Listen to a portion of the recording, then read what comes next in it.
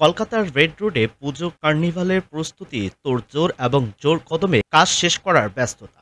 মাননীয় মুখ্যমন্ত্রী মমতা বন্দ্যোপাধ্যায়ের উদ্যোগে প্রতি বছরের ন্যায় এই বছর রেড রোডে অনুষ্ঠিত হবে 5ই অক্টোবর রবিবার বিকেল 4:30টায় অনুষ্ঠিত হবে কার্নিভাল উৎসব 2025 এবং বিসর্জনের শোভাযাত্রা। এই অনুষ্ঠানকে কেন্দ্র করে সারা রাত রেড রোডে প্রশাসনের অফিসার থেকে শুরু করে বিভিন্ন দফতরের অফিসাররা আসা যাওয়া করছেন এবং তদারকি করছেন। প্রতিবারই মাননীয় মুখ্যমন্ত্রীর উদ্যোগে বেশ কিছু পুজোকে শ্রেষ্ঠ বলে বিচার করে তাদেরকে আমন্ত্রিত করা হয় এবং একটি নির্দিষ্ট দিনে এই কার্নিভালের অনুষ্ঠানের মধ্য দিয়ে একটা সুন্দর বার্তা পৌঁছানোর চেষ্টা করেন।